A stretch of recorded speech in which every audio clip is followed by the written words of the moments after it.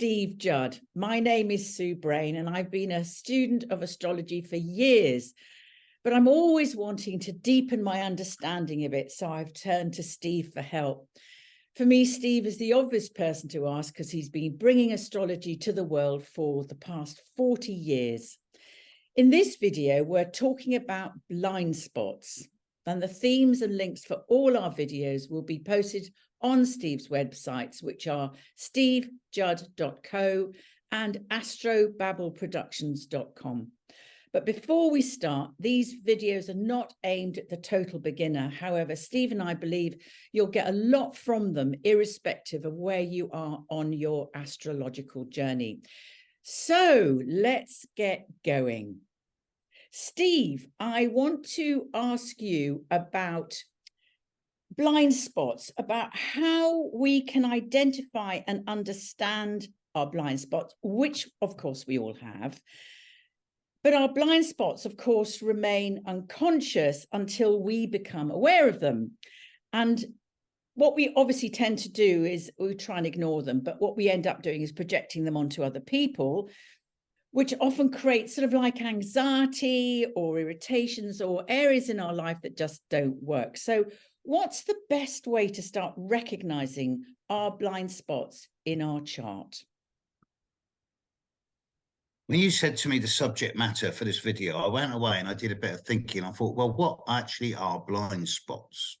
Obviously, they're things that we don't see about ourselves, or we're not conscious of, or we don't consciously recognize traits in our behavior. But I thought, well, how does that represent itself astrologically? And I came up with three separate ideas on this. The least of which is that of unaspected planets in our chart. Only 1 in 3, 1 in 4 people will have an unaspected planet. But for those of us like me that does have an unaspected planet, then by unaspected planet, I mean a planet that is in your horoscope, but is in a sign and house, but receives no aspects from any other planet. So it is wild. It is not moderated or influenced by any other planetary influence. So it is expressing itself in its natural core way. Because it is not moderated, it is not part of the team. Therefore, it is wild. And often the unaspected planet in our chart can come across as either extremely dominant, almost out of control, or the exact opposite, unnoticeable. That's interesting. But I thought, well, that's only a minor way of looking at it. And I pondered this for a couple of days, well, at nights, actually, because, you know, when you're laying in bed at night, it's when you sometimes get your best thinking done, or first thing in the morning. And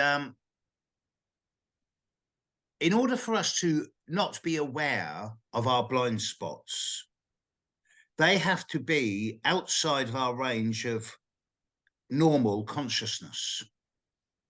Therefore, they exist in the realm of the semi, sub, or unconscious. Therefore, astrologically, they come under the remit of Neptune and Pluto. So when I realized this, I thought, okay, well, there's two very different types of blind spots here then.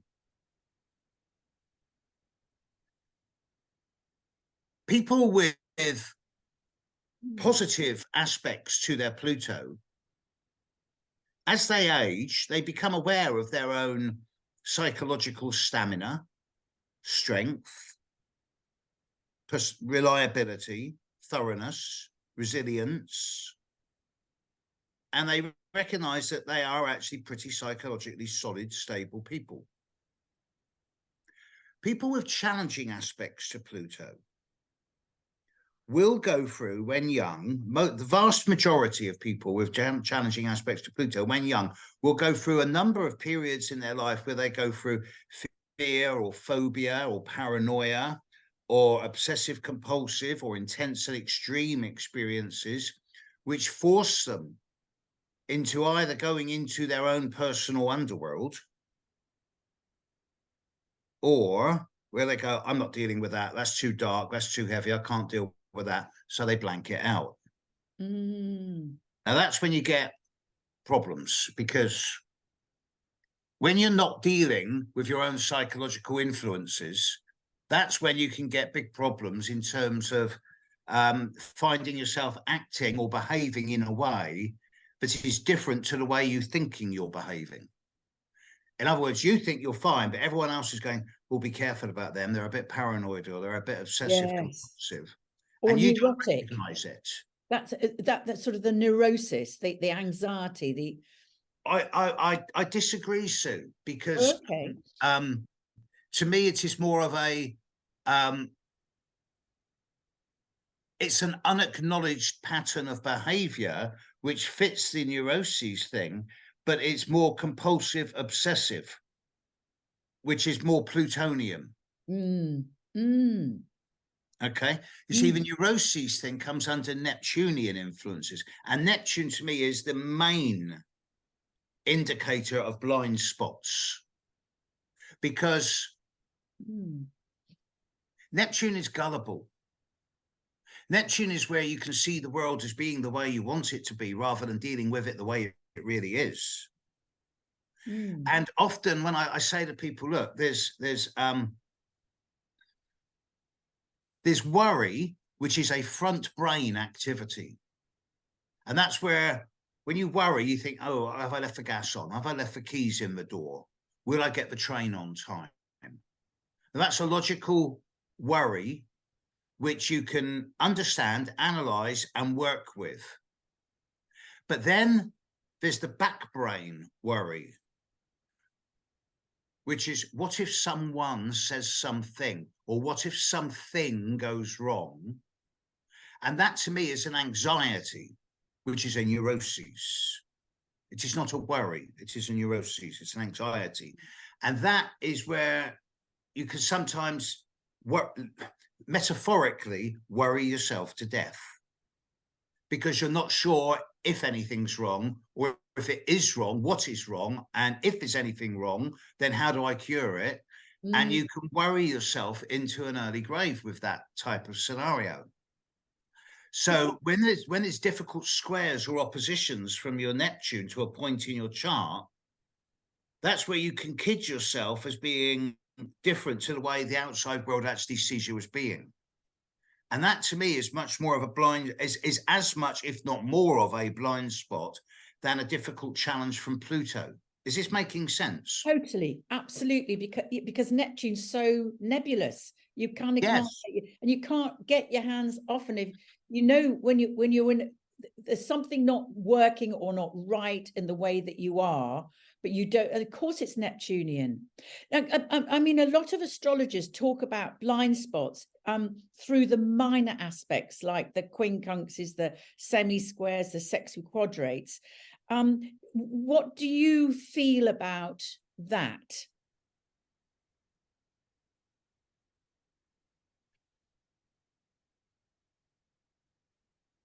I'd never thought of that, but as you say it, I'm thinking, well, certainly with the quincunxes, yes. The semi-square, halfway between a conjunction and a square, I see as like, it's past the point of power of a conjunction, but it's not at the point of a problem, which is a square. Yes. So it's halfway between the two. So it's like a niggle. It's a block, isn't it? Would you say? It's a minor blockage. It's a itch you can't scratch. Yeah, yes. Whereas the sesquiquadrate, which is a square and a half, is past the square point, where the square is a challenge, but it releases energy, which can help that challenge be turned into a gift over a period of long period of time. But it's not at the point of opposition, where you just got to wrap yourself around it, because you can't change it. You've got to live with it and work with it. So it's can I just what's just come to me as you were talking, which is just struck me, is, you know, the opposition is what we tend to do is to project onto another person rather than until we learn to own the planets in our oppositions. Yes. You say that's right. Yes, in younger years, Yes. oppositions can be seen as projecting into and onto the outside world rather than looking within. That's But right, yes. as we age, the sesquiquadrate quadrate is halfway between the square of expression and the opposition, where you just got to wrap yourself around it. And it's what the French call a fait accompli. You've got to live with it. So to me, the sesquiquadrate quadrate is more of a frustration, where you know that there's something wrong and you can't, it's not big enough to be actually dealt with, but you just got to live, you've got to work with it. And it's like that constant little irritation or itch. It's such a difficult, I always find the sesquiquadrate is such a difficult thing to describe to clients when there is this not and it's almost sort of beyond words. It's so difficult because also it's so personal to them. So, I mean, have you got any words of advice about the sesquiquadrate, how we could work with it or describe it better? The semi-square, 1/8 of a circle, and the sesquiquadrate, 3/8 of a circle, they are similar. But the semi-square is a problem that is forming. The sesquiquadrate is a problem that exists and has become set, but not rigid. So there is still a degree of flexibility with the sesquiquadrate, but it will take quite a big adjustment. Well, quite a big shift in behavior to actually manifest the best from it. Otherwise, it will always be like those little darts coming in on the side that just constantly irritate you, but aren't big enough to sort out. So are you saying, like, the semi-square, often external events can influence the semi-square, where we go, oh my God, hang on a second, and I can learn from that. Are you saying that the sesquiquadrate is similar, that we attract things from the outside or people or events that just raise our awareness of this discomfort? I would say the difference between the two is that with the semi-square, you become aware of a problem and you can see it coming, so you can take preemptive action. The sesquiquadrate, the square is already passed. The problem has already come into existence. Yes. So it's the way you deal with it after the event and the way you manage it rather than preempting it. Do you feel, and a lot of astrologers have also said, you know, I've heard from a lot of astrologers talking about this, and they say that sesquiquadrates can indicate illness of some form, because I guess if there's an irritation going on inside us, that we're unbalanced in some way. And I just wondered if you feel that is something that we should take into consideration. I would suggest that illness in a horoscope is generally indicated by any number of different aspects that are unacknowledged and unexpressed. But with a semi-square, I never give any aspect at all more than a 5-degree orb. And with a semi-square and a sesquiquadrate, the maximum orb I will give them is 1.5 degrees. Right. So they are minor aspects. They are minor aspects, absolutely. Whereas the quincunx or the inconjunction, I'll give it 2 degrees because I consider it stronger. And to me, that is definitely the aspect where, okay, there's a problem, it's there, you can't change it. So it's not going to go away. It's not yet at the problem point where it's bang in your face, because that's what the opposition is. Yes. But it's at the point where the key words for an inconjunction are adjustment and compromise. And compromise is not a good word, easy word. It's not. And when you get 2 inconjunctions, you know, like the Yod, yes, or the finger of fate, as it's called. Yes. then you're faced with a number of circumstances in your life which are intractable and which cannot be resolved except through reaching a compromise point in yourself with the world. Yes. So I wouldn't describe any of these points as blind points in themselves, unless you're someone who deliberately shies away from looking at your own issues or problems, which is symptomatic of a larger issue. Yeah, it's interesting. I was reading for a client actually just last night, and she had a lot of quincunxes, and her expression of that was anxiety, constant anxiety. So when we talked it through, she began to sort of feel more understanding that she could find a balance between, you know, the two planets that were in this difficult aspect. Even though it's minor, it's major as well. It isn't minor. Yes. Oh, yeah. If it's 0 degrees, then you cannot ignore it. Yeah. If it's 1 degree, you've really got to acknowledge it. Yeah. But this brings us back to the blind spots. Blind spots are either caused by people saying, okay, I've got this problem, right, I am not going to deal with that, put it away, which is going to lead to massive problems further on down the line, which is common in plutonic blind spots, because that's denial and repression and suppression.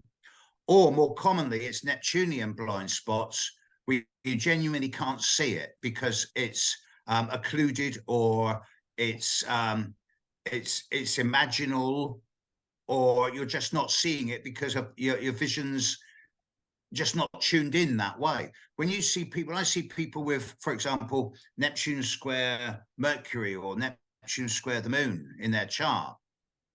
When they're younger, under 42, there's always the capacity for self-deception or for letting other people deceive them. There's potential for gullibility, avoidance, escapism, all of which is our forms of neuroses, addiction. Yeah. Gosh, which is a blind spot. Just shows you how we need to know our chart to have a running chance at getting this life right, or understanding how to balance who we are or how we relate in life. The other thing I wanted to ask you about, it just really fires me up. The other thing I wanted to ask you about is, would there be a blind spot if we had a missing element from our chart? For example, no fire, no earth, no air, no water. Would there be a kind of blind spot that we're living with, but we may not be conscious? I was thinking perhaps that if we have no earth, we could just really unconsciously struggle with everyday routines. Or this is a really good question, because I can quote from personal experience here. I have no planets in earth signs, none. Gosh, you seem the most grounded person I've ever met. I have the ascendant in an earth sign. Oh, right. But that's all. I have no planets in earth signs, but I have lots of planets in earth houses. Right? So planets in signs show how you behave. Planets in houses show how the world sees you as behaving. The world sees me as being very grounded and down to earth. But in reality, those who know me very well know that I don't really have a lot of possessions. I'm not that bothered about money. I'm not materialistic. And so I can see it's not, when younger, yes, I was obsessed with having lots of materials and possessions and money and resources. As I've got older, I've gone, no, I don't want all that. And so, yes, it could be seen as a blind spot. But there's one other thing about the blind spot that we're not looking at, and I know we're pushed for time. So there's one other thing I really want to get in here. Yeah, definitely. Sometimes the blind spot can be literally the blind spot, because when people are born with challenging aspects, strong challenging aspects to Neptune, whether it's a square opposition or a very strong semi-square, sesquiquadrate, or in conjunction, These are the people who will wear glasses from a very early age. These are the people who, as they age, their eyesight will deteriorate, never to the point of absolute blindness, but often significant deterioration as they age. Transits from Neptune to the sun and moon by square or opposition will show a time where eyesight deterioration by 2, 3, or even 4% over the course of a year. And of course, the Moorish Arabs who developed astrology from the 4th, 5th century BC through to about 4th century AD through to about the 10th, 11th century AD, they did a lot of work with the fixed stars, and they called the Pleiades at 29 degrees of Taurus the degree of blindness. This doesn't mean that everyone with stuff at 29 degrees of Taurus is going to go blind. But it's surprising how many people with the sun or moon at 29 degrees of Taurus wear glasses from a very young age. Ah, that's a blinding piece of information, Steve. So, you know, it's fantastic. Yes, it's really, really interesting. But to my mind, the blind spots really is the domain of Neptune and to a lesser extent, Pluto. Yeah. Okay, just to finish this off then, I just wanted to talk about planets in fall, detriment. Would they be carrying a blind spot with them in the way that they express themselves? I can see how that would be, but I think in this case, that's up to the individual. Let's just use an example. Someone born with Mars in Libra, which is obviously Mars rules Aries. So Mars in Libra is in its detriment. Someone born with Mars in Libra is either going to deny their physical powers, their physical desires, their physical needs, or they're going to subliminate them and put all their physical energy into their relationships with other, regardless of the context of that relationship. Or that's if they'll subliminate it, suppress it, repress it, or put it elsewhere if they're dealing with it as a blind spot. Or they'll go, right, I'm going to put my energy into the team. And then later on, they'll take people around and go, yeah, we did this. That's my bit down there. So I would suggest that when planets are in fall or detriment, it can lead to blind spots, but that is up to the individual how they choose to express it. Right. That's really, yeah. Whereas with a Neptune square or opposition, you're more at the mercy of the aspect until you've worked out how to handle it. And that often doesn't happen until 42 years old. Yeah. Big thing about 42. Pluto square, Neptune square, Uranus opposition, Saturn and a half return, and it's halfway through your life. It's called grow up, isn't it? Or get a life. The final question I wanted to ask you is the chart ruler. Obviously, every single ascendant has a ruler, but do you believe the chart ruler can bring a blind spot into the person's life chart influence?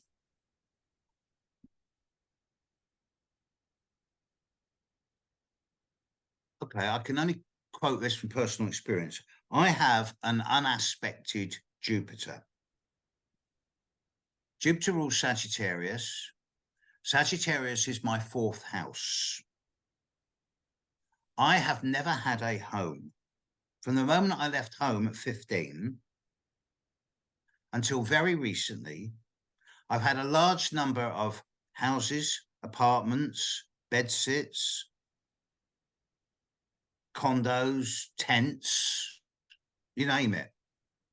But I've never had a place where I felt I truly belonged, a home, until very recently.